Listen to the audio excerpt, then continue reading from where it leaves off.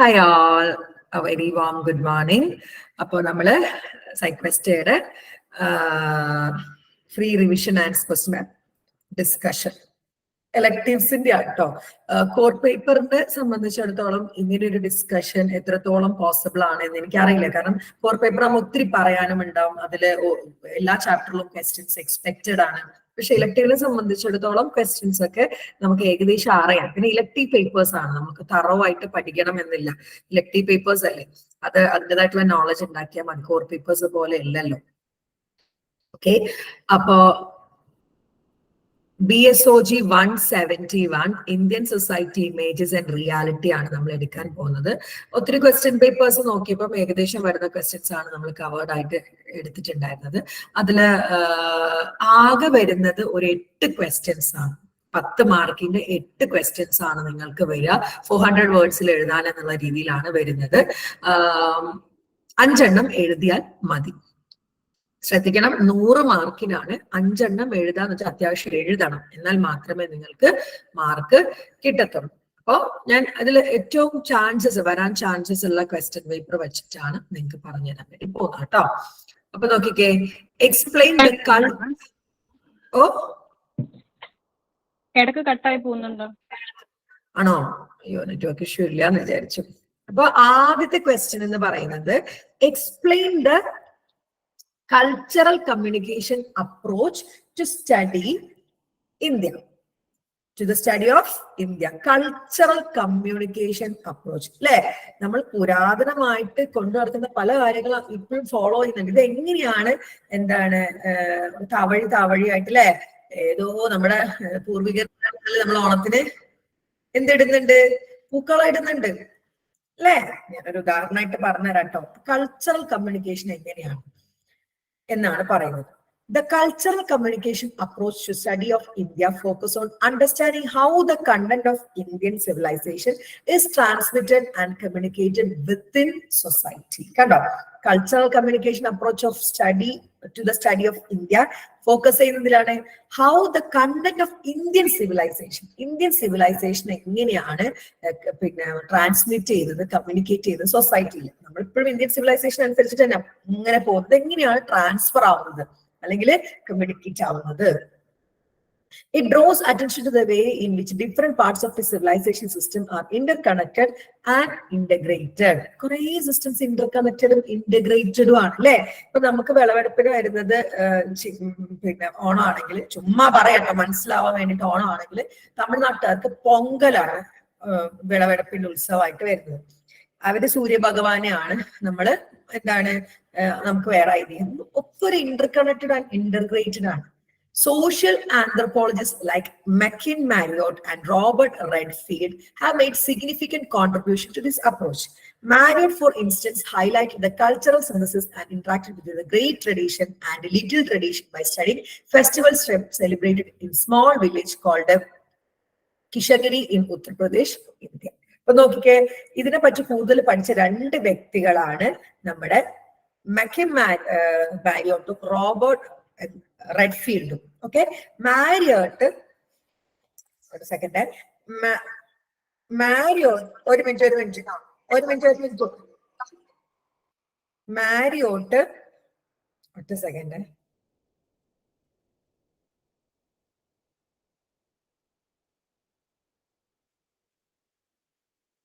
ഒരു second, payment ചെയ്യാനുണ്ട്, വിട്ടുപോയി ക്ലാസ് സ്റ്റാർട്ട് ചെയ്യുമ്പോൾ.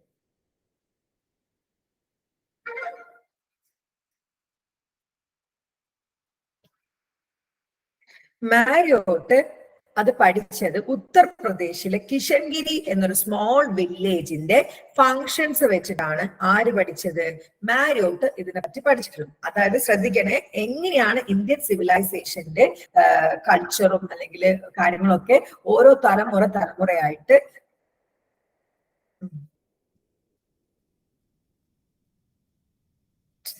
താവഴിയായിട്ട് പോകുന്നത്. അതാണ് കേട്ടോ.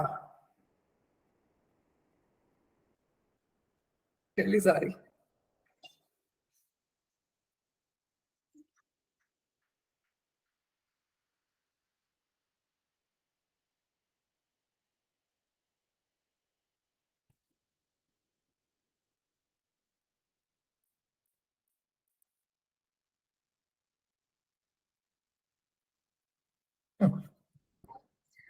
Okay. Marriott, for instance, highlighted the cultural synthesis and interaction between the great tradition and little tradition. Kando, Marriott is highlighted the great tradition of little tradition. Engane, നമ്മുടെ കിഷൻഗിരി, ഉത്തർപ്രദേശത്തിലെ കിഷൻഗിരി എന്നുള്ള ഒരു ചെറിയ ഗ്രാമത്തിലെ ആചാരങ്ങൾ അല്ലെങ്കിൽ അവിടുത്തെ ഉത്സവങ്ങളെ പറ്റി പഠിച്ചിട്ടുണ്ട്. He observed how elements of the broader cultural tradition were incorporated into local customs and practices, demonstrating the dynamic relation between the two.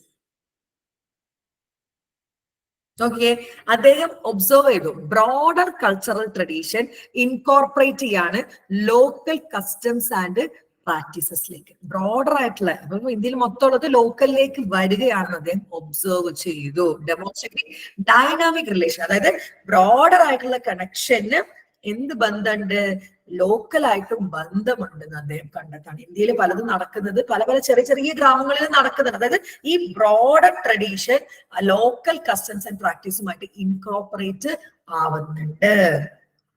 Similarly, Redfield's analysis emphasized the constant interaction and communication between the great tradition, that is, dominant cultural norms and values, and the little tradition, the local or folk culture, through what he called folk urban continent. Onam thane ningal eduthoku. Onam oru namukku vicharikam oru dominant culture norm and value aanu Onam ennu vicharikam. Kozhikkode Onam alla Pathanamthittilum Kollathum. അവിടെ എല്ലാവരും ഓണം ഉണ്ട്, പക്ഷെ അവർക്ക് അവരുടേതായിട്ടുള്ള എന്തുണ്ട്, local folk culture. ചിലവർക്ക് എന്താണ് ഓണത്തപ്പനെ എന്താണ് മണ്ണുകൊണ്ട് ഉണ്ടാക്കി വെക്കണം, ചിലവര് കൊള്ളിയിലാണ് കുത്തി വെക്കുക, അങ്ങനെ പലതും ഉണ്ട്. എനിക്ക് അറിയില്ല കേട്ടോ, ഞാൻ പറയാം. അതേ മനസ്സിലാക്കി. ഡോമിനന്റ് കൾച്ചർ ഉണ്ട്, അതുപോലെ ലോക്കൽ ഓർ ഫോക്ക് കൾച്ചർ ഉണ്ട്. This concept signifies This concept signifies a symbolic and interdependent relationship between the two, where ideas, practice, and beliefs flow back and forth. Ideas അങ്ങോട്ടും ഇങ്ങോട്ടൊക്കെ ഫ്ലോ ചെയ്യുന്നുണ്ട്. അതായത് രണ്ടും ഇന്റർഡിപെൻഡന്റ് ആണ്. അത് ബ്രോഡറും ലോക്കലും ഒക്കെ അങ്ങോട്ടും ഇങ്ങോട്ടും കണക്റ്റഡ് ആണ്. അങ്ങോട്ടേക്ക് അവരുടെ കൾച്ചർ പോകുന്നത് ഇങ്ങോട്ടേക്ക് വരുന്നുണ്ട് എന്നൊക്കെ മനസ്സിലാക്കി.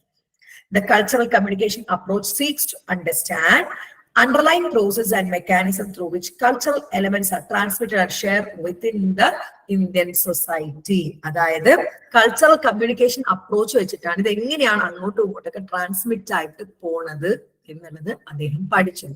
It shed light on interconnectedness of various cultural aspects and how they contribute to the overall unity and coherence of Indian civilization. By studying cultural communication, scholars aim to grasp the intricate connection between different levels of society, such as how cultural practices are disseminated within communities, how values are transmitted across generations, and how interactions between different cultural elements shape the overall fabric of the civilization. Kando, cultural communication എന്താണ് നമ്മൾ പഠിച്ചുകൊണ്ടിരിക്കുന്നത്. ഈ cultural communication പഠിക്കുന്ന വഴി നമ്മൾ എന്താ ചെയ്തത്, എങ്ങനെയാണ് ഇതൊക്കെ കണക്ട് ആവുന്നത്, ഡിഫറെന്റ് ലെവൽസ് ഓഫ് സൊസൈറ്റിയിൽ ഇത് എങ്ങനെയാണ് കണക്ട് ആവുന്നത്, കൾച്ചറൽ പ്രാക്ടീസ് എങ്ങനെയാണ് വ്യത്യസ്തമായിട്ട് കമ്മ്യൂണിറ്റീസിൽ വരുന്നത്, എങ്ങനെയാണ് ഈ ചിന്താഗതികള് ട്രാൻസ്മിറ്റ് ചെയ്യുന്നത് ഓരോ തലമുറകളായിട്ട്, എങ്ങനെയാണ് ഈ ഇന്ററാക്ഷൻ നടക്കുന്നത്, ഇതെങ്ങനെയാണ് ഒരു കമ്മ്യൂണിറ്റിനെ ഷേപ്പ് ചെയ്യുന്നത്, സിവിലൈസേഷൻ. അതായത് പാരമ്പര്യമായിട്ടുള്ള ഒരു കൾച്ചർ എങ്ങനെ അങ്ങോട്ട് ഇങ്ങോട്ട് കണക്ട് ആവുന്നു, അതിങ്ങനെ ഒരു തലമുറയിൽ നിന്ന് മറ്റൊരു തലമുറയിലേക്ക് പാസ് ചെയ്തു പോകുന്നു, എങ്ങനെയൊക്കെയാണ് ആളുകൾ ഇത് ഉൾക്കൊള്ളുന്നത്, ഇതൊക്കെയാണ് കൾച്ചറൽ കമ്മ്യൂണിക്കേഷൻ പഠിക്കുന്നത്. Overall, the cultural communication approach provides valuable insight to the integration and transmission of cultural content within the Indian society. Kando, overall ആയിട്ട് കൾച്ചറൽ കമ്മ്യൂണിക്കേഷൻ അപ്രോച്ച് എന്താ ചെയ്യുന്നത്, വാല്യുബിൾ ഇൻസൈറ്റ് ഉണ്ടാക്കാണ്, ഒരു ബോധോദയം ഉണ്ടാക്കാണ്, integration and transmission of cultural content. ഈ cultural content എങ്ങനെ, ഇപ്പോഴും നമ്മൾ കൾച്ചർ ഓറിയന്റഡ് ആയിട്ടാണ് ജീവിക്കുന്നത്, അതെങ്ങനെയാണെന്ന് പഠിക്കുന്ന ഒരു അപ്രോച്ചാണ് cultural communication approach. Lightening the interplay between broader cultural tradition and local or folk culture. അവിടെ എന്താ മെയിൻ ആയിട്ട് നോക്കുന്നത്, ബ്രോഡർ ആയിട്ടുള്ള കൾച്ചറും ലോക്കൽ ഓർ ഫോക്ക് കൾച്ചർ രണ്ടുമായിട്ട്. ബ്രോഡർ എന്ന് പറയുമ്പോൾ ഓണം ബ്രോഡർ ആണ്, ഓരോ സ്ഥലത്തും ഓണം വ്യത്യാസം. ഇപ്പൊ കണ്ണൂർക്കാർക്കാണെങ്കിൽ ഓണത്തിന് നോൺ വെജ് നിർബന്ധമാണ്, മറ്റ് കുറെ ജില്ലക്കാർക്ക് ഓണസദ്യയിൽ നോൺ വെജ് ചിന്തിക്കാൻ പോലും പറ്റില്ല. എങ്ങനെയാണ് ഇന്റർഡിപെൻഡന്റ്, ഇന്റർ കണക്റ്റഡ്, ലോക്കൽ, അതുപോലെ ക്ലിയർ ആവുന്നില്ല, നല്ല ബ്രേക്ക് ഉണ്ടോ? വേറെ ആരെങ്കിലും ഉണ്ടോ മക്കളെ? ഇല്ല, കുഴപ്പമില്ലല്ലോ. എന്നാ ഇയാളൊന്ന് ക്ലിയർ ആവാത്ത ആളൊന്ന് ലെഫ്റ്റ് ആയിട്ട് റീജോയിൻ ചെയ്ത് നോക്കൂ കേട്ടോ. It helps in understanding the unity and diversity of Indian civilization by examining the process through which cultural ideas and practices are shared and maintained. കണ്ടോ, ഇവിടെ കൾച്ചറൽ അപ്രോച്ച് അല്ലെങ്കിൽ കൾച്ചറൽ കമ്മ്യൂണിക്കേഷൻ അപ്രോച്ച് എന്തിനാണ്? Unity and diversity, നാനാത്വത്തിൽ ഏകത്വം എന്ന് പറയുന്ന ഒരു കൾച്ചറാണ് ഇന്ത്യയിൽ. അത് അല്ലെ 28 രാജ്യമാക്കാൻ പറ്റുന്ന 28 സംസ്ഥാനങ്ങളുള്ള ഒരു രാജ്യമാണ് ഇന്ത്യ. സോ എങ്ങനെയാണ് കൾച്ചറൽ ഐഡിയാസും പ്രാക്ടീസസും ഷെയർ ചെയ്യുന്നത്, മെയിൻറ്റെയിൻ ചെയ്യുന്നത് എന്നൊക്കെയാണ് ഈ കൾച്ചറൽ കമ്മ്യൂണിക്കേഷൻ അപ്രോച്ചിലൂടെ പഠിക്കുന്നത്. ക്വസ്റ്റ്യൻ ഇതാണ്, cultural communication approach to study of India. എന്തിനാണ് ഈ കൾച്ചറൽ കമ്മ്യൂണിക്കേഷൻ അപ്രോച്ച് ഉള്ളത്? കൾച്ചറൽ കമ്മ്യൂണിക്കേഷൻ അപ്രോച്ച് എന്താ ചെയ്യുന്നത്? ഈ ബ്രോഡർ ആയിട്ടുള്ള കൾച്ചറും ലോക്കൽ ആയിട്ടുള്ള കൾച്ചറൊക്കെ എങ്ങനെ ഇന്റർഡിപ്പെൻഡ് ആവും, എങ്ങനെ ഇത് തലമുറകളായിട്ട് കൈമാറി പോകുന്നു, എങ്ങനെയാണ് ഇത് മെയിൻറ്റെയിൻ ചെയ്യുന്നത്, എന്തൊക്കെ തമ്മിൽ കണക്ഷൻ ആണ് ഉള്ളത്, ഇതൊക്കെയാണ് cultural communication approach to study ചെയ്തത് ഇന്ത്യയിൽ. എന്തിനു വേണ്ട? അത്രയും വൈവിധ്യമായിട്ടുള്ള ഒരു രാജ്യമാണ് ഇന്ത്യ. ഒരു മിസോറാമോ ഐലൻഡുകളൊക്കെ പോയി കഴിഞ്ഞാൽ ഓരോ ട്രൈബ്സിനും വേറെ വേറെ ഭാഷ, വേറെ വേറെ ആചാരങ്ങളൊക്കെയാണ്. ഇതൊക്കെ നിലനിന്ന് പോകുന്നുണ്ട് അല്ലെ? ഇതൊക്കെ എങ്ങനെയാണ് നടക്കുന്നത് എന്നൊക്കെയാണ് കൾച്ചറൽ കമ്മ്യൂണിക്കേഷൻ അപ്രോച്ചിലൂടെ പഠിക്കുന്നത്. ഇതാണ് cultural communication approach in India. Okay ആണോ? ആണോ? ഈ ഫസ്റ്റ് ക്വസ്റ്റ്യൻ ആൻസർ ആണ് നമ്മൾ ചെയ്തിട്ടുള്ളത്. ഓക്കെ ആണോ?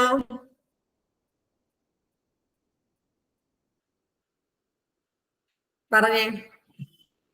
ഇനി അടുത്തൊരു ക്വസ്റ്റ്യൻ ആണ്, discuss the relevance of structural and cultural perspective to understand Indian society.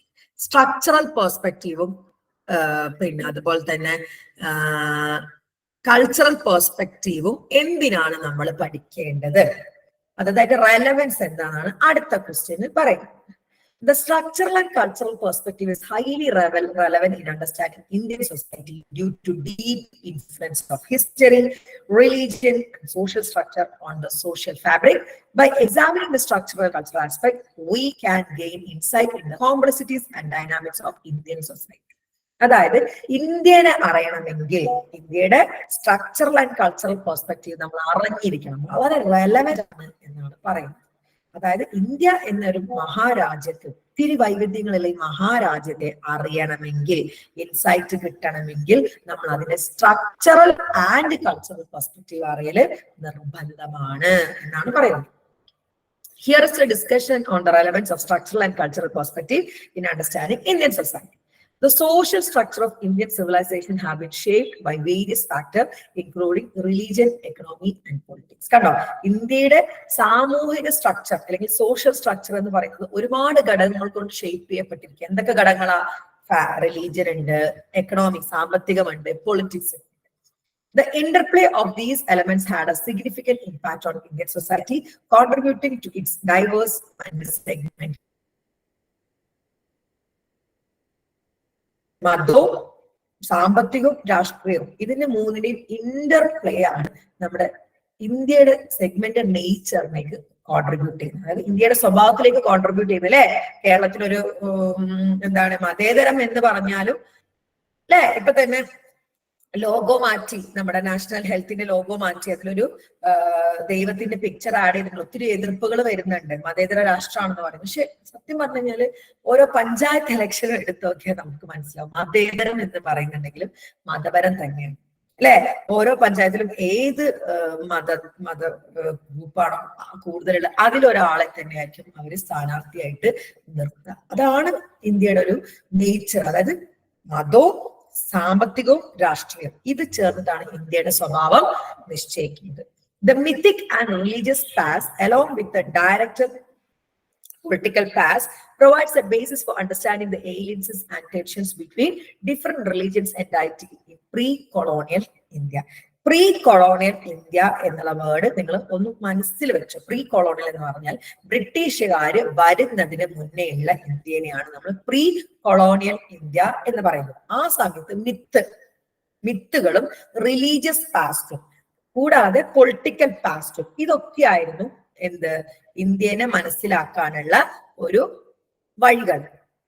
ബ്രിട്ടീഷുകാർ വരുന്നതിന് മുന്നേ ഇന്ത്യയുടെ കാര്യങ്ങൾ നടത്തുന്നത് മിത്ത്, പിന്നെ religious past, direct political past.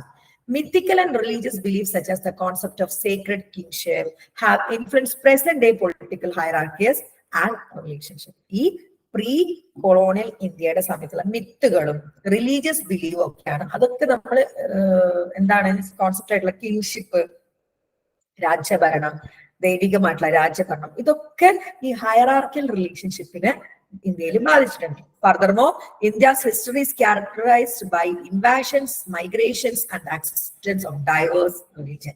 അവിടെ കുറച്ച് കഴിയുമ്പോഴത്തേക്ക് കുറെ മതങ്ങൾ വന്നു. അപ്പൊ ഇസ്ലാം ആയിക്കോട്ടെ, ക്രിസ്ത്യാനിറ്റി ആയിക്കോട്ടെ, ഒക്കെ ഇന്ത്യയിലേക്ക് ആഡ് ചെയ്യപ്പെട്ട മതങ്ങളാണ്. അതൊക്കെ പിന്നെ വന്ന് അക്സെപ്റ്റ് ചെയ്യപ്പെട്ടതാണ്. തോമസ് ലീഹ വരുന്നു, പിന്നെ എന്താണ് മാലിക് ദിനാറ വരുന്നു, അങ്ങനെ ഒത്തിരി പേര് വന്നിട്ടാണ് ഓരോരോ മതങ്ങൾ ഇവർ accept ആക്കപ്പെടുന്നത്. This has added to the population diversity and fostered a pluralistic society. ഇതൊക്കെ കാരണം പ്രീ കൊളോണിയൽ ഇന്ത്യയിൽ ആദ്യം ഹിന്ദുത്വം മാത്രമായിരുന്നു, അവിടെ റിലീജിയസ് ആൻഡ് മിത്തിക് ആയിട്ടുള്ള കാര്യങ്ങളായിരുന്നു. പിന്നെ ഒത്തിരി മതങ്ങൾ വരുന്നു, ആക്സെപ്റ്റ് ചെയ്യപ്പെടുന്നു. ഇത് കാരണം ഇന്ത്യ എന്തായി? പോപ്പുലേഷൻ ഡൈവേഴ്സിറ്റി ആയി, പ്ലൂറലിസ്റ്റിക് സൊസൈറ്റി, അതായത് മൾട്ടിപ്പിൾ ആയിട്ടുള്ള മതങ്ങളൊക്കെ ചേർന്ന ഒരു സൊസൈറ്റി ആയി മാറി. The religious past of India showcases a high level of differentiation and assimilation of various elements.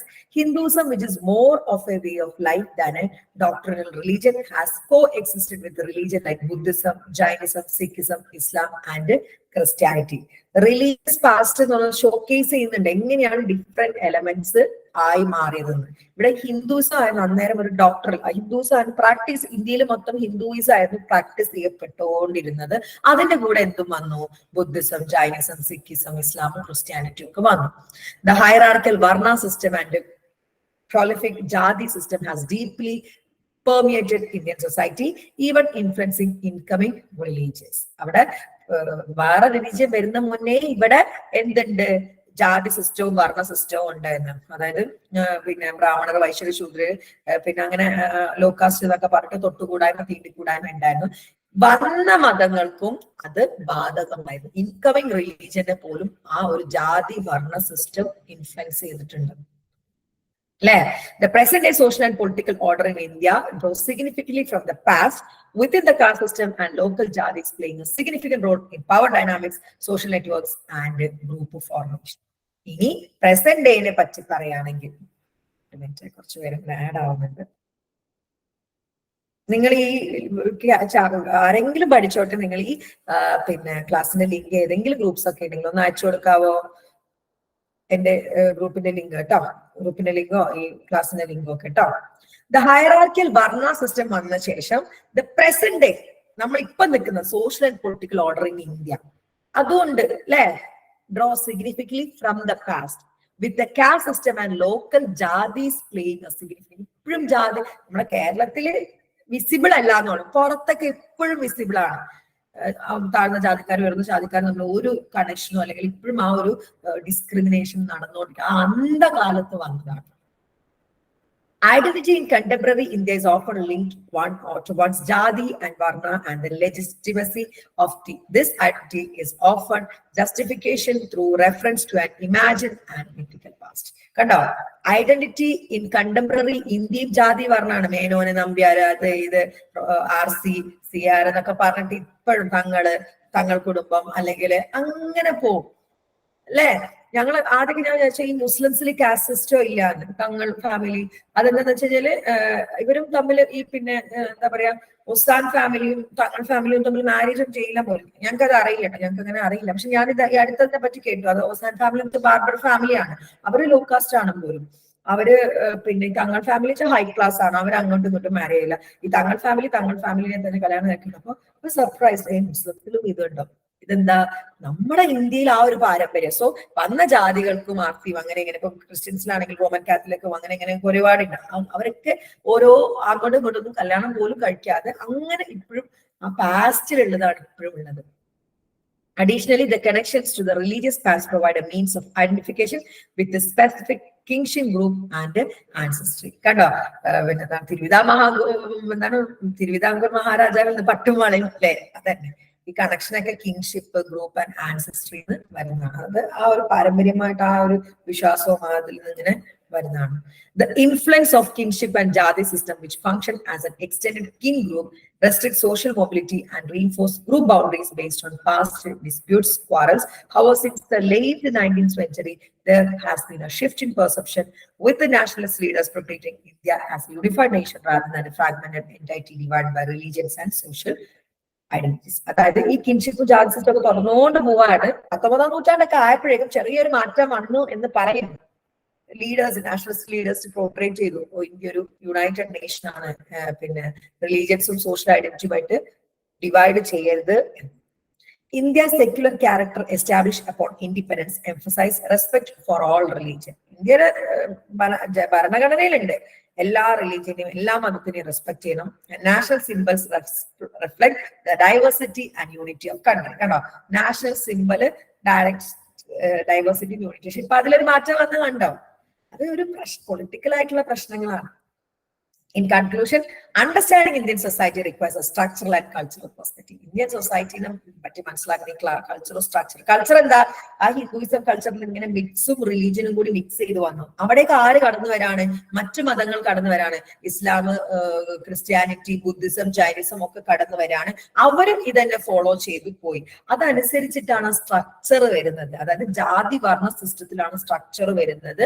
അതാണ് ഫോളോ ചെയ്തിട്ട് പോകുന്നത്. പറഞ്ഞു വരുന്നത് ഇതാണ്. ഇന്ത്യന്റെ സൊസൈറ്റിനെ മനസ്സിലാക്കണം, ഇന്ത്യയുടെ സ്ട്രക്ചറൽ ആൻഡ് കൾച്ചറൽ പെർസ്പെക്റ്റീവ് മനസ്സിലാക്കണം. അത് എന്തിൽ കുടുങ്ങിക്കിടക്കാണ്? Religion, economic and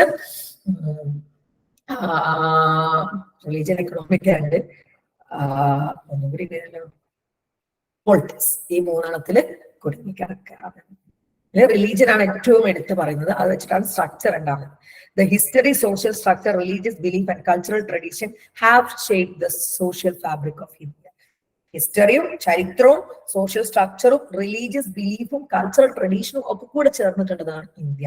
leading to a diverse and complex society. അല്ലെ, ശാസ്ത്രപരമായിട്ട് ചെയ്തിട്ടുള്ള ഒരു പേടകം അയക്കുകയാണെങ്കിൽ പോലും അവിടെ എന്താ പൂജയും കാര്യങ്ങളും ചെയ്യുന്നുണ്ട്. നമുക്കത് കളിയായിട്ട് തമാശയൊക്കെ എടുക്കും, പക്ഷെ അതൊരു ട്രഡീഷനാണ്.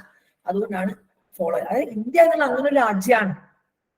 ഒരുപാട് കൾച്ചറും കാര്യങ്ങളും ഒക്കെ ഇല്ല.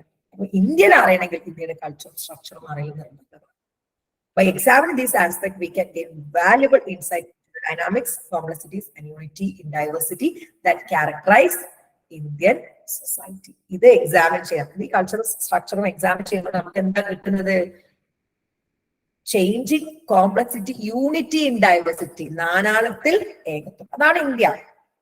ഒത്തിരി കൾച്ചറിലെ ഒരു രാജ്യം. ഇങ്ങനെയാണ്. അപ്പൊ നമ്മുടെ ക്വസ്റ്റ്യൻ എന്തായിരുന്നു? സെക്കൻഡ് ക്വസ്റ്റ്യൻ, എന്തിനാണ് structure and cultural perspective Indian society പഠിക്കുമ്പോൾ നമ്മൾ പഠിക്കുന്നത്? ഇന്ത്യയുടെ പ്രാണൻ ഇരിക്കുന്നത് ഈ കൾച്ചറിലും സ്ട്രക്ചറിലും. ഓക്കെ ആണോ? റിലീജിയന്റെ കാര്യം എടുത്ത് പറയുന്നത് ഓക്കെ ആണോ?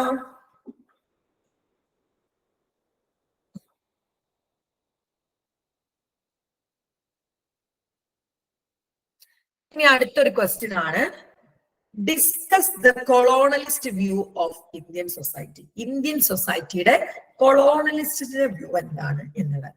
The colonialist view of Indian society during British colonial period can divide into two perspectives. രണ്ട് പെർസ്പെക്റ്റീവ് ആയിട്ടാണ് നമുക്ക് തരംതിരിക്കാൻ പറ്റുന്നത്. The missionaries view and the administrative view. എന്തൊക്കെയാണ്? The missionaries view and the administrative view. The British colonists aim to study Indian society to better govern and exploit its resource. ബ്രിട്ടീഷുകാർ എന്തിനാണ് നമ്മളടുത്തേക്ക് വന്നത്? Indian സൊസൈറ്റിനെ പഠിക്കാൻ. എന്തിന്? അവിടെ ഭരിക്കാനും ചൂഷണം, എക്സ്പ്ലോയിറ്റ് ചെയ്യാൻ. Here simplified examination of these two views. രണ്ട് views ആണ് എന്ത് ബ്രിട്ടീഷ് കൊളോണിയൽ പീരീഡിനെ പറ്റി പറയുന്നത്.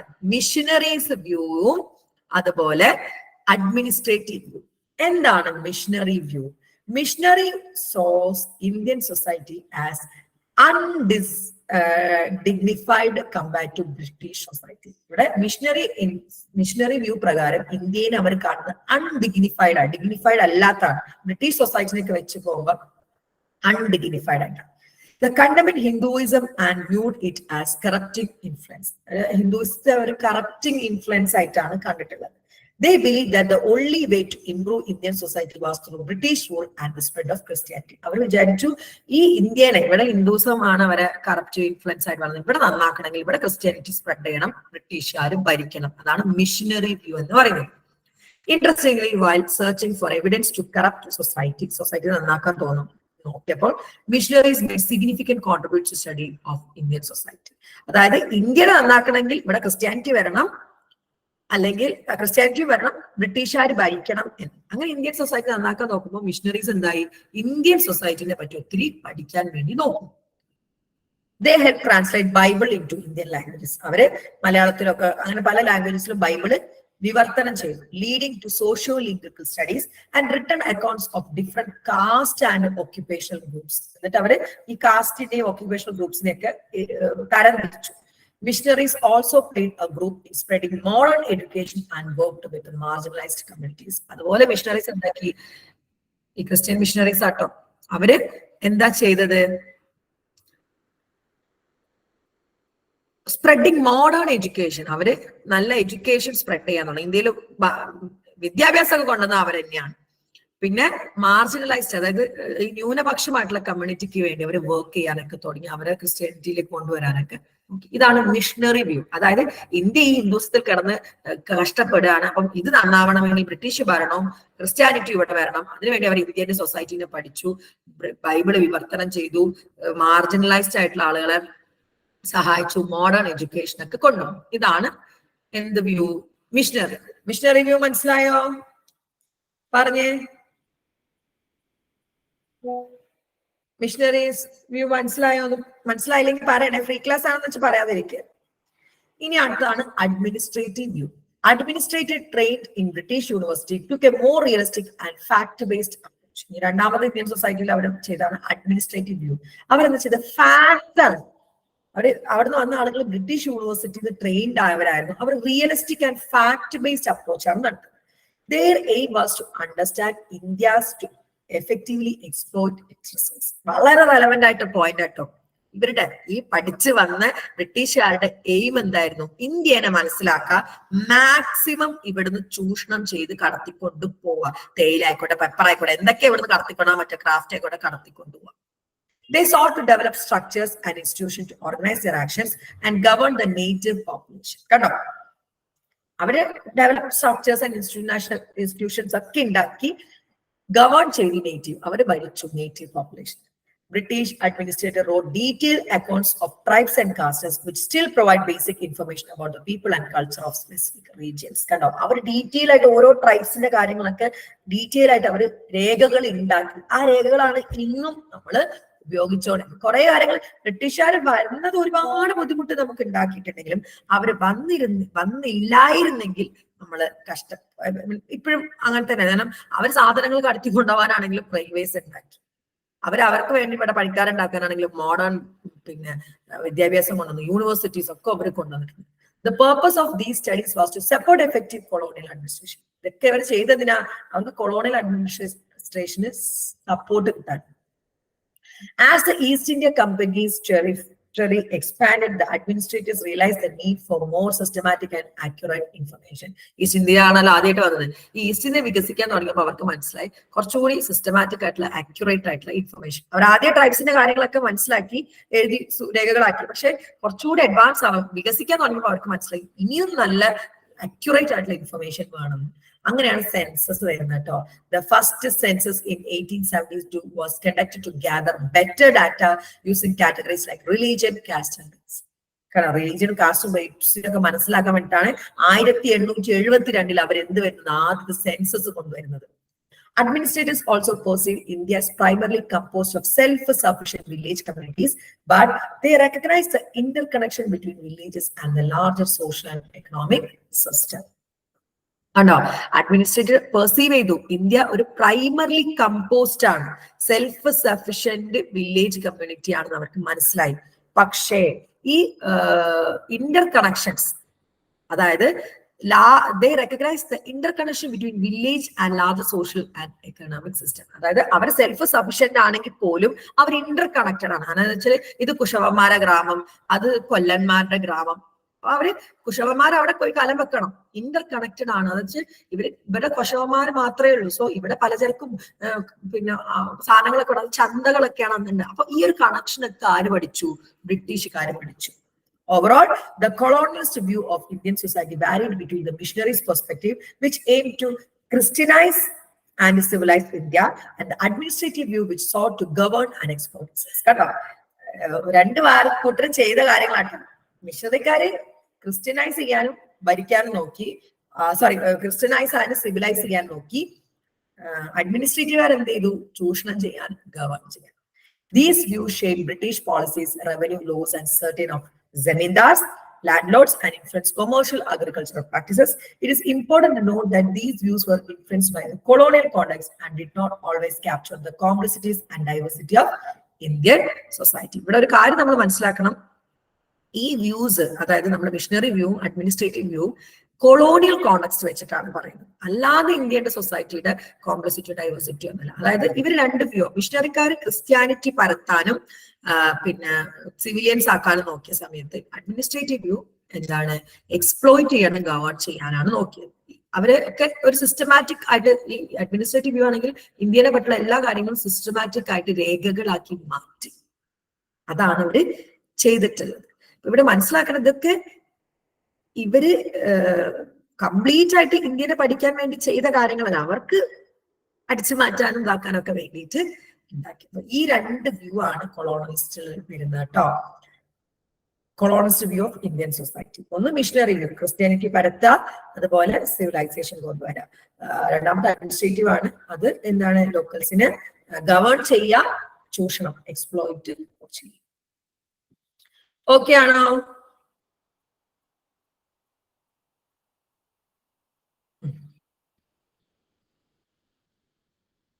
എല്ലാ ക്വസ്റ്റ്യൻസും നമുക്ക് ഡിസ്കസ് ചെയ്യാനുള്ള നേരമില്ല കേട്ടോ. അതുകൊണ്ട് ഞാൻ ഇമ്പോർട്ടന്റ് ക്വസ്റ്റ്യൻസ് ആട്ടോ ഡിസ്കസ് ചെയ്ത് പോകുന്നത്. ഇനി write briefly social classes in rural India.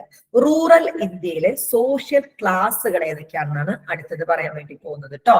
In rural India social classes are characterized by various categories that present different occupations and economic statuses. ഒക്യുപേഷൻസും എക്കണോമിക് സ്റ്റാറ്റസും വെച്ചിട്ടാണ് ഇന്ത്യയിൽ സോഷ്യൽ ക്ലാസ് വരുന്നത്. അതായത് അവരുടെ ജോലിയും സാമ്പത്തിക സ്ഥിതിയും വെച്ചിട്ടാണ് ഇന്ത്യയിൽ ക്ലാസ് വരുന്നത്. These classes include landlord ഉണ്ട്, പെസന്റ് പ്രൊപ്പറേറ്റീവ്സ് ഉണ്ട്, ടെനൻസ് ഉണ്ട്, അഗ്രികൾച്ചറൽ ലേബേഴ്സ് ഉണ്ട്, ആർട്ടിഷ്യൻസ് ഉണ്ട്. Each class has distinct characteristics and roles within the rural society. ഓരോ ക്ലാസ്സിലും ഓരോ റോളും ഓരോ ക്യാരക്ടറിസ്റ്റിക്സ് ആണ് വരുന്നത്. ഫസ്റ്റ് വൺ ആണ് landowners. After land reform measures in 1950s, the top stratum of the agrarian hierarchy known as zamindars lost their power to extract taxes from peasants. അതായത് 1950 land reform measures വന്നതിന് ശേഷം ഈ ജമീന്ദാറുകൾക്ക് taxes പിരിക്കുന്ന അധികാരം നഷ്ടപ്പെട്ടു. ജമീന്ദാറുകൾക്ക് അതുവരെ അവർക്ക് ബ്രിട്ടീഷുകാരുടെ രേഖകളൊക്കെ കൊണ്ടുവന്നത് ഏതോ ചാപ്റ്ററിൽ പറയുന്നുണ്ട്, എനിക്ക് ചാപ്റ്റർ ഏതോ ഓർമ്മയില്ല. അതായത് ഈ ആധാരം ബാങ്ക് വിളിക്കുന്നുണ്ട്, ഒന്ന് വെയിറ്റ് ചെയ്യണേ.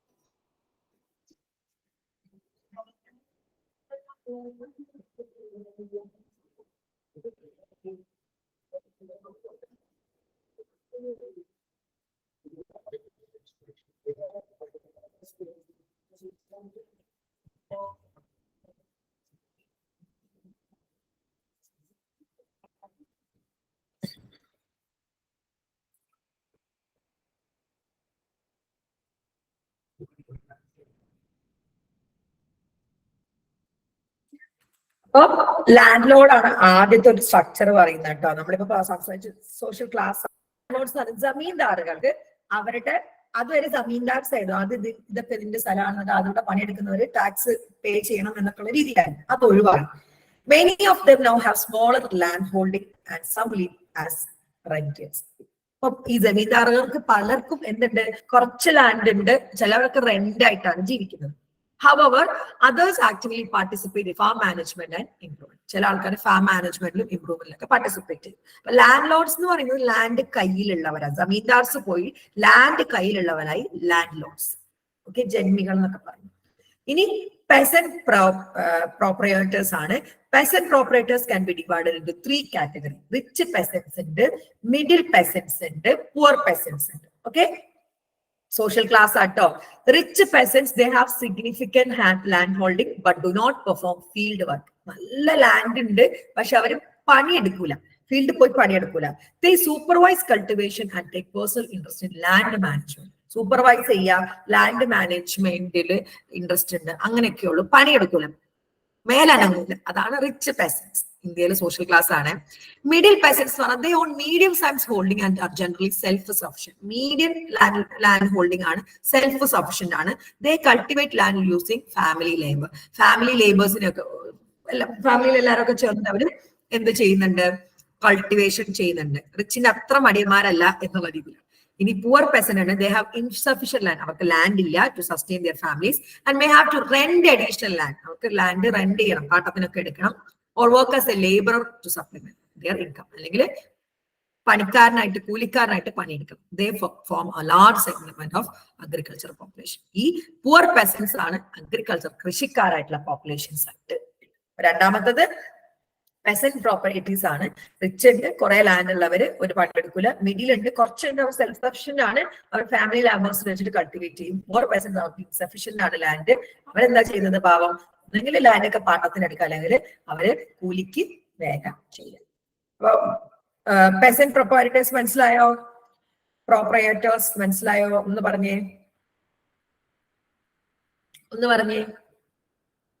മൂന്നാമത്താണ് ടെനൻസ്. Before independence, various categories of tenants existed. Independence മുന്നേ tenants ഉണ്ടായിരുന്നു, including substenants and sharecroppers. ഇവര് സബ്സ്റ്റനൻസും ഷെയർ ക്രോപ്പേഴ്സും അടക്കമുള്ളതാണ് ടെനൻസ് എന്ന് പറയുന്നത്. ആരാണ് ടെനൻസ്? Tenants enjoyed occupancy rights and could not be evicted. അവർക്ക് occupancy ഉണ്ട്, റൈറ്റ് ഉണ്ട്, എവിക്ട് ചെയ്യാൻ പറ്റില്ല, ഒഴിവാക്കാൻ പറ്റാത്ത ടീമാണ്. However, subtenants had less security to tenure and were liable to eviction. ഇനി ലെസ് സെക്യൂരിറ്റി ഉള്ളവരാണ് സബ് ടെനൻസ്, അവർക്ക് എവിക്ഷന് സാധ്യതയുണ്ട്. ഇനി share croppers had no security to tenure and were dependent on more affluent tenants. അതായത് ഇവർക്ക് ഒരു സെക്യൂരിറ്റി ഇല്ലാത്തവരാണ് ആര്, ഷെയർ ക്രോപ്പേഴ്സ്. അവര് ടെനൻസിന് ഡിപ്പെൻഡന്റ് ആയിട്ട് നിൽക്കുന്നവര് ആണ്. With the land reform, some subtenants became peasant proprietors. Land റിഫോമിന് ശേഷം ഈ ചില സബ് ടെനൻസ് പെസന്റ് പ്രൊപ്പറിറ്റീസ് ആയിട്ട് മാറിയിട്ടുണ്ട്. But share croppers gain little. Share croppers ഒന്നും കിട്ടിയില്ല. Share croppers remain an important segment of the tenant class today. ഇപ്പോഴും tenant ആയിട്ട് ഇരിക്കുന്നവർ ഒന്നും കിട്ടാതെ നിൽക്കുന്നവര് ആണ് എന്നാണ്. അപ്പൊ ടെനൻസ് എന്ന് പറയുന്നത് എന്താ? ബിഫോർ ഇൻഡിപെൻഡൻസ് ടെനൻസ് ഉണ്ട്, സബ് ടെനൻസ് ഉണ്ട്, ഷെയർ ക്രോപ്പേഴ്സ് ഉണ്ട്. ടെനൻസിന് ഓക്യുപ്പൻസി ഉണ്ട്, റൈറ്റ്സ് ഉണ്ട്, അവരെ എവിക്ട് ചെയ്യാൻ പറ്റില്ല. ഈ സബ് ടെനൻസിന് സെക്യൂരിറ്റി കുറവാണ്, എവിക്റ്റ് ചെയ്യപ്പെടുമെന്നുള്ളൊരു സാധ്യതയുണ്ട്. പിന്നെ ഷെയർ പ്രോപ്പേഴ്സിന് ഒരു സെക്യൂരിറ്റി ഇല്ല, അവർ വേണമെങ്കിൽ എന്താവാം, എവിക്റ്റ് ചെയ്യപ്പെട്ട് പോവാം. ഇനി ലാൻഡ് റിഫോമിന് ശേഷം സബ് ടെനൻസ് പെസന്റ് പ്രോപ്പർട്ടീസിലേക്കായി, പക്ഷെ ഷെയർ പ്രോപ്പേഴ്സിന് ഒന്നും കിട്ടിയില്ല. അവര് ഇപ്പോഴും important segment of tenant class ആയിട്ട് തുടരുകയാണ്. ഇതാണ് മൂന്നാമത്തെ ക്ലാസ്. നാലാമത്താണ് അഗ്രികൾച്ചറൽ ലേബേഴ്സ്, അതായത് കൃഷിക്കാർ. Agricultural laborers can be categorized into 3 types. Some own or hold a small plot and land while relying on labor for their livelihood. കണ്ടോ?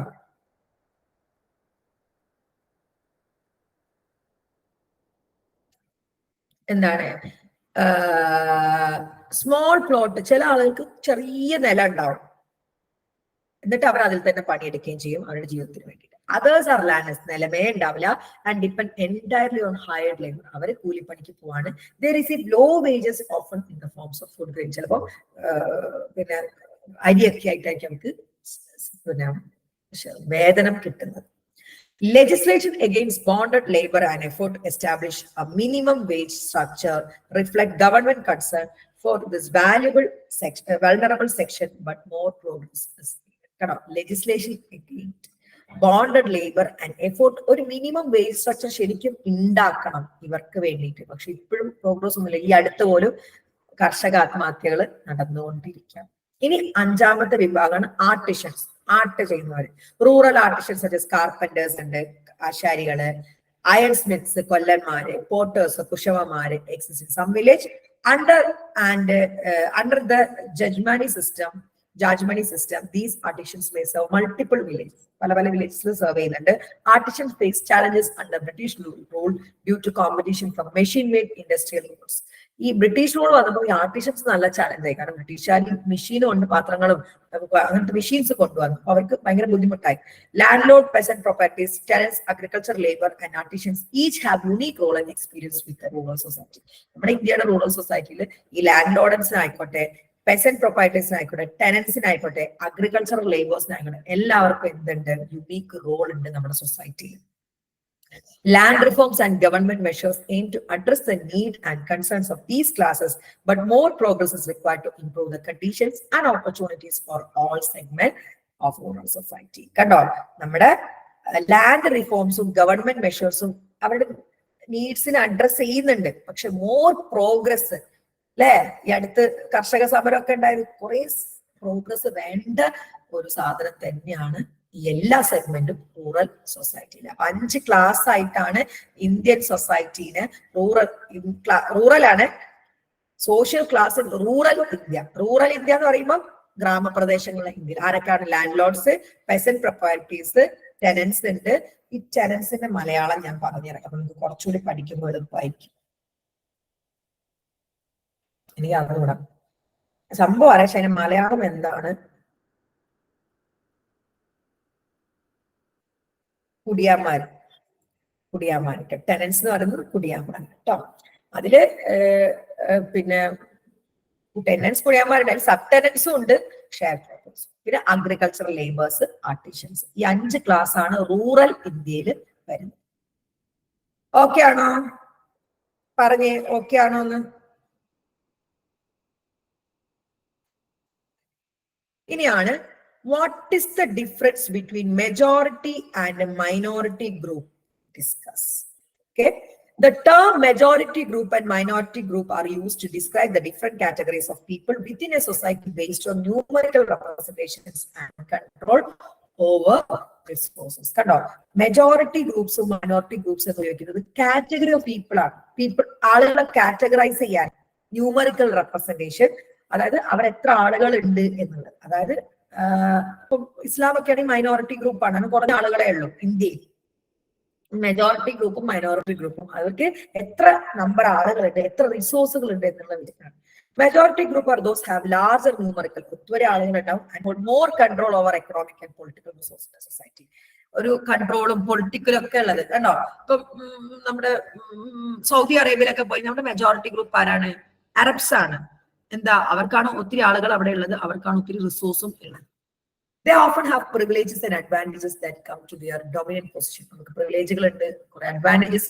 However, it is important to note that there can be internal disparities within the majority group in terms of status. Internal majority group in On the other hand, minority group consists of people who have smaller numerical and they hold subordinate positions in relation to the majority. Majority group in a position of they often face challenges due to limited control over resource and may experience inequality in terms of access to opportunities. Limited control resources, inequality opportunities. It is worth mentioning that the correlation between numerical strength and control over resource is not always straightforward. History has shown increase when minority group have exerted dominance over the majority, such as during British colonialism in India or the apartheid era in South Africa, where white minority controlled the black majority. Ini correlation നോക്കുകയാണെങ്കിൽ straightforward. History history has shown instances where majority groups have exerted dominance or minority majority ആധിപത്യം സ്ഥാപിച്ചത് ചരിത്രത്തിലുണ്ട്. നോക്കുകയാണെങ്കിൽ India എന്ന majority ഗ്രൂപ്പിനെ British എന്ന minority group വന്ന് British കോളനിസം വന്നു. ആഫ്രിക്കയിലെ ബ്ലാക്ക് മെജോറിറ്റിനെ വൈറ്റ് മൈനോറിറ്റി റൂൾ ചെയ്തിട്ടുണ്ട്. അങ്ങനെയും ഉണ്ടായിട്ടുണ്ട്. These examples challenge the idea that numerical strength allows determine the status of the group. കുറെ ആളുണ്ടായിട്ട് കാര്യമില്ല എന്നുള്ളതാണ് ഈ രണ്ട് ഉദാഹരണങ്ങൾ തെളിയിക്കുന്നത്. In summary, majority group have large number and more control over resources. Majorityക്ക് കുറെ ആളുകളുണ്ട്, കുറെ റിസോഴ്സ് ഉണ്ട്, പ്രിവിലേജ് എൻജോയ് ചെയ്യുന്നുണ്ട്, അഡ്വാൻറ്റേജസ് ഉണ്ട്. മൈനോറിറ്റി ഗ്രൂപ്പിന് സ്മോൾ പ്രസൻസ് ആണ്, ലിമിറ്റഡ് കൺട്രോൾ ഓവർ റിസോഴ്സ് ആണ്, and may face inequality. However, the relationship between numeral strength and control over resource is complex. അതായത് ന്യൂമറലും കൺട്രോളും തമ്മിലുള്ള ആ ഒരു റിലേഷൻ, അതായത് കുറെ ആളുകൾ വെച്ചിട്ട് കൺട്രോൾ ഉണ്ടാവുമോ എന്നുള്ളത് ഇപ്പോഴും നമുക്ക് തെളിച്ചു പറയാൻ പറ്റില്ല. കാരണം കുറെ ആളുകൾ ഉണ്ടായിരുന്നു ഇന്ത്യയിൽ, എന്നിട്ടും ബ്രിട്ടീഷുകാർ അന്ന് കൺട്രോൾ ഏറ്റെടുത്തു. കുറെ ആളുകൾ ബ്ലാക്സ് ഉണ്ടായിരുന്നു ആഫ്രിക്കയിൽ, എന്നിട്ടും അവിടെ വൈറ്റ്സ് പോയി കൺട്രോൾ എടുത്തപ്പോൾ ഈ കുറെ ആളുകൾ ഉണ്ട് എന്ന് വെച്ചിട്ട് കൺട്രോൾ കിട്ടണം എന്നില്ല എന്നുള്ളൊരു എന്താ പറയാ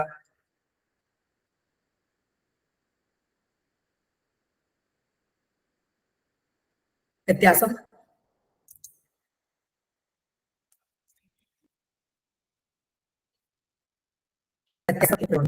There are instances where minority groups have varied powers at their lowest.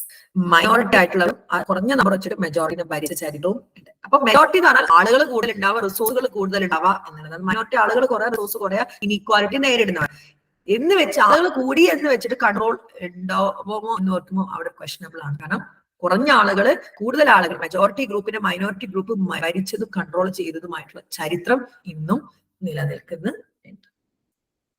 Okay ആണോ? പറഞ്ഞേ. ഇനി വളരെ പ്രധാനപ്പെട്ട ഒരു ക്വസ്റ്റ്യൻ ആണ്. ഇന്ന് ഇതും കൂടെ എടുത്തിട്ട് നമ്മൾ നിർത്തും കേട്ടോ. ബാക്കി അടുത്തൊരു ക്ലാസ്സിൽ നമുക്ക് എടുക്കാം. ഒരു ക്ലാസ്സും കൂടി ഉണ്ടായിരിക്കും. ഓക്കെ, എനിക്ക് ഒരൊറ്റ ഹെൽപ്പ് ചെയ്യോ? ബാക്കിയുള്ള എപ്പോഴാ വരുന്നത്?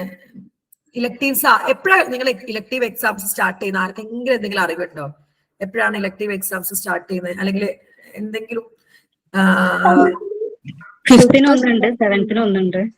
എത്രയിനാ? ഇന്ത്യൻ സൊസൈറ്റി വരുന്നത്. Indian society 7th, gender 5th അല്ലേ? ഇന്ന് വൈകുന്നേരം ജെൻഡറിന്റെ ക്ലാസ് ഉണ്ടായിരിക്കും കേട്ടോ. അപ്പം നാളെ പറിച്ചാടി നാളെയും കൂടെ എടുത്ത്. ഇനിയാണ് Ambedkar's contribution in securing justice for Dalit. ദളിതന്മാർക്ക് വേണ്ടി അംബേദ്കർ, അദ്ദേഹം പിന്നെ ഇന്ത്യൻ കോൺസ്റ്റിറ്റ്യൂഷൻ എഴുതിയ അംബേദ്കറുടെ കോൺട്രിബ്യൂഷൻ ജസ്റ്റിസ് ഫോർ ദളിത് എന്തൊക്കെയാണ്? Bhimrao Ambedkar, born on 14th April 1891, played a significant role in advocating the rights and justice of Dalits in India. നമ്മൾ ഇപ്പോഴും ദളിത്സിനെ ഓർക്കുമ്പോൾ ഇപ്പോഴും പ്രൗഡ് ആയിരിക്കണം. കാരണം അവർ നേരിട്ട വിഷമതകള് ചില്ലറ ആയിരുന്നില്ല. തൊട്ടുകൂടായ്മ, തീണ്ടിക്കൂടായ്മ, അതുപോലെ തന്നെ ചൂഷണം, പീഡനം, എന്തൊരുക്കോ അവർ നേരിട്ടിട്ടുണ്ട് അല്ലെ? ചില സിനിമകളെ കാണുമ്പോൾ മറയ്ക്കാൻ സ്ത്രീകൾക്ക് അവകാശം ഉണ്ടായിരുന്നില്ല. Coming from a poor Dalit family, Ambedkar Dalit family എന്നാണ്, ഒരു poor Dalit family ആണ്. An experience in ഫിഷാൻ and social and economic discrimination face by his community. അദ്ദേഹത്തിന്റെ കമ്മ്യൂണിറ്റി നേരിട്ട ആ ഒരു ദുരിതങ്ങൾ അത്രയും അനുഭവിച്ചറിഞ്ഞ ആളാണ്. Ambedkar dedicated his life to fight against the caste system and working towards a more inclusive society. അദ്ദേഹം കാസ്റ്റ് സിസ്റ്റത്തിന് വേണ്ടി പൊരുതിയ ആളാണ്. ഒരു ഇൻക്ലൂസീവ്, എല്ലാരെയും ഉൾപ്പെടുത്തിയിട്ടുള്ള സൊസൈറ്റിക്ക് വേണ്ടി പ്രവർത്തിച്ച ആളാണ് ഭീം റാവു അംബേദ്കർ, നമ്മുടെ ഇന്ത്യൻ കോൺസ്റ്റിറ്റ്യൂഷന്റെ ഉപജ്ഞാതാവ്. This essay explores Ambedkar's contribution in securing justice for Dalit. In Dalitine വേണ്ടി അദ്ദേഹം എന്തൊക്കെയാണ് ചെയ്തത്? Highlighting his effort to challenge the Hindu social order, empower the marginalized and bring about social reform. കണ്ടോ, ഇവിടെ അദ്ദേഹം ചാലഞ്ച് ചെയ്യാണ് Hindu social ഓർഡറിനെ and also marginalized minority ആയിട്ട് എംപവർ ചെയ്യാൻ ഒരു സോഷ്യൽ റിഫോം കൊണ്ടുവരും. നോക്കാം. Critique of caste system and Hindu religion. First one, Ambedkar developed a critical outlook toward the caste system and Hindu religion from his earliest മുതൽ അത് criticize ചെയ്യാൻ തുടങ്ങി caste system.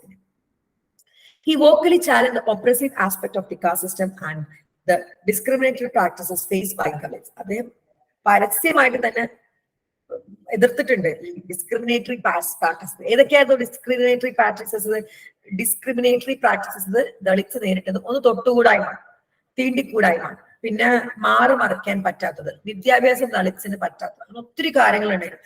നല്ല പേര്, ഏതോ ഒരു സുരേഷ് ഗോപിയുടെ സിനിമയിലുണ്ട്, ലക്ഷ്മി എന്നോ പേര്, വല്ല മുക്കിമാക്കി ചീമണ്ടി എന്നൊക്കെ ഇട്ടാ പോരെന്നൊരു പറയുന്നത്.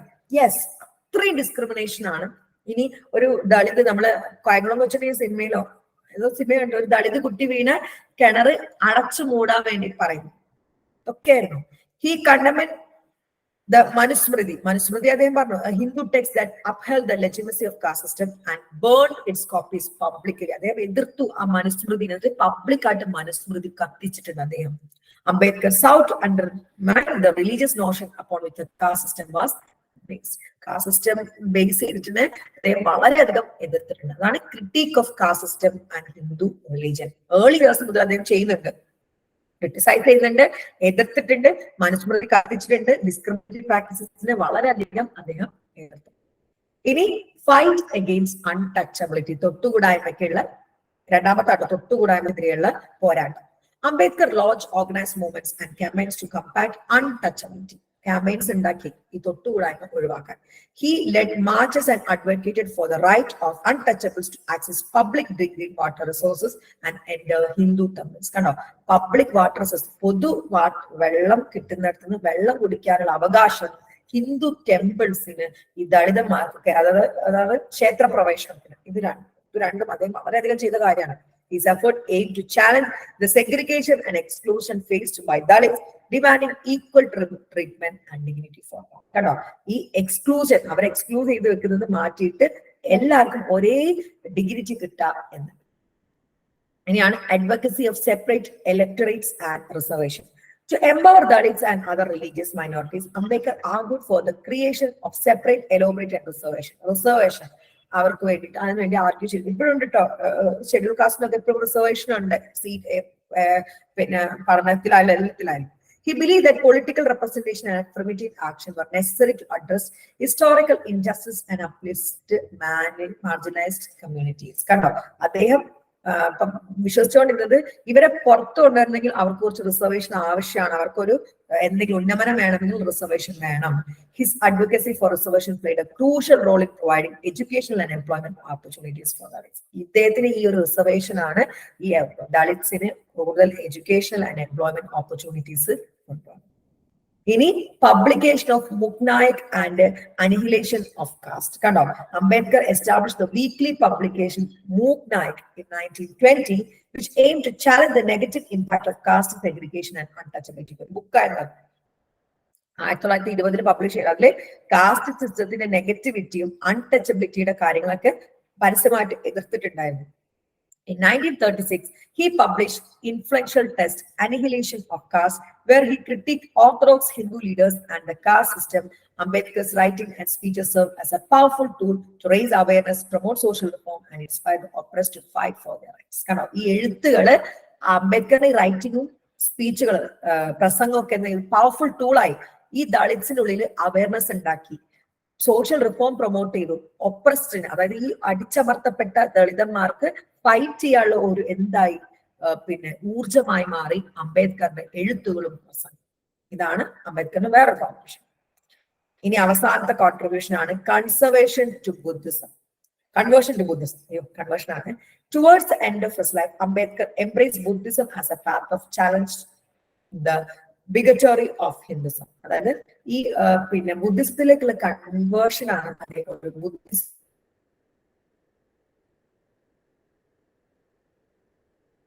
ചലഞ്ച്.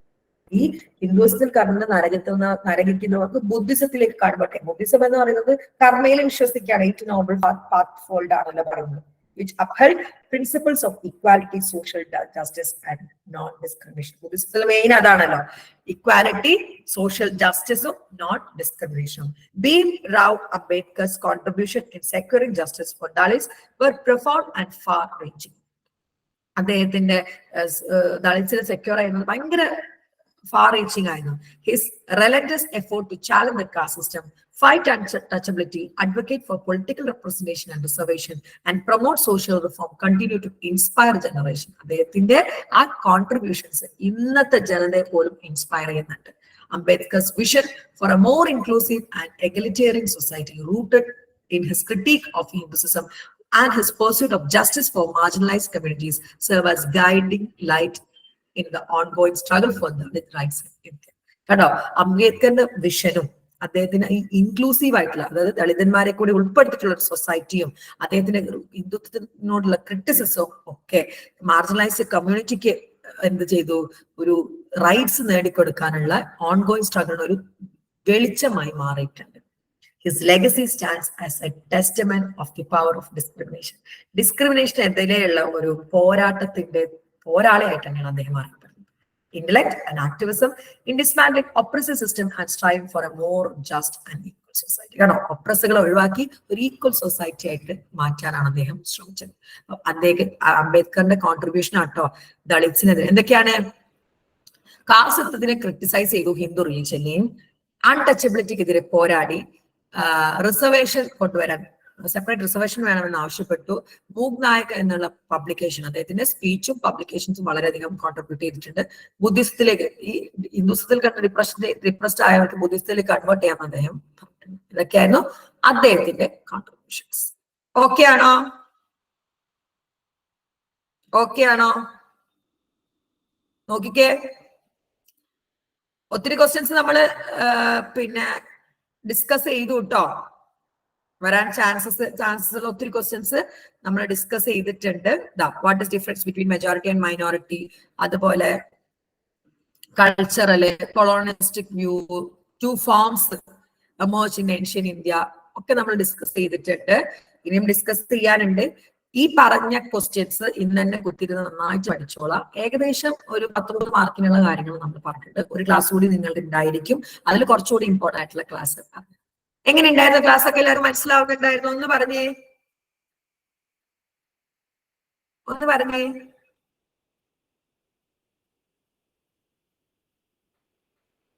എനിക്കിങ്ങനെ ക്ലാസ് എടുക്കണമെങ്കിൽ നിങ്ങളുടെ റീഇൻഫോഴ്സ്മെന്റ് ഫ്രീ ക്ലാസ് ആണ് പ്രൊവൈഡ് ചെയ്യുന്നത്. അപ്പൊ നിങ്ങളുടെ ഒരു റീഇൻഫോഴ്സ്മെന്റ് മസ്റ്റ് ആണ്. എങ്ങനെ ഉണ്ടായിരുന്നു ക്ലാസ് എന്ന് ഒന്ന് ആ ഗ്രൂപ്പിൽ ഒന്ന് പറയുമോ? നിങ്ങളുടെ ഒരു എഴുതിയിടാവോ ഈ ക്ലാസ്സിനെ പറ്റിയുള്ള നിങ്ങളുടെ അഭിപ്രായം? ബാക്കിയുള്ളവർക്കൊന്ന് മനസ്സിലാവേണ്ടതാണ് ഗ്രൂപ്പിൽ എഴുതുക. മാക്സിമം നമ്മുടെ ഗ്രൂപ്പിന്റെ ലിങ്ക് ഒക്കെ എല്ലാ ക്ലാസ്സിലേക്കും നമുക്ക് നാളേക്ക് ഞാൻ ഫ്രീ ക്ലാസ്സസ് തരാം. സോ മാക്സിമം ഷെയർ ചെയ്യാം. അപ്പൊ hope the class was productive and informative. നാളെ ഇന്ന് ജെൻഡർ ഉണ്ട് കേട്ടോ, ജെൻഡർ വൈസിന്റെ ഉണ്ട്, ജെൻഡറിന്റെ ഞാൻ അറിയിക്കാം. അപ്പൊ മാക്സിമം ഷെയർ ചെയ്യാം. Hope the class was productive and informative. നാളെ നമ്മൾ വീണ്ടും കാണും. അപ്പൊ it's me Abdul signing off. Bye bye and take care. Thank you.